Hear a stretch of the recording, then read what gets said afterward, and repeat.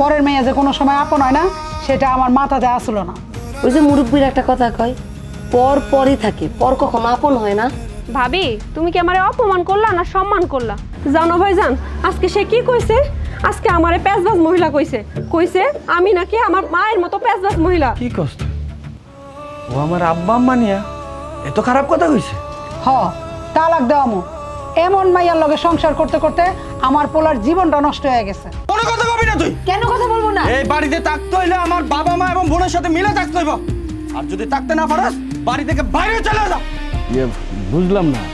আরে মাদব সাপ বুঝলেন না, গাতার মধ্যে সাপ আছে না কেইসা আছে এটা তো আর বুঝে নাই। যখন লাঠি দিয়ে খোঁচাছি তখন ফস করে উঠছে।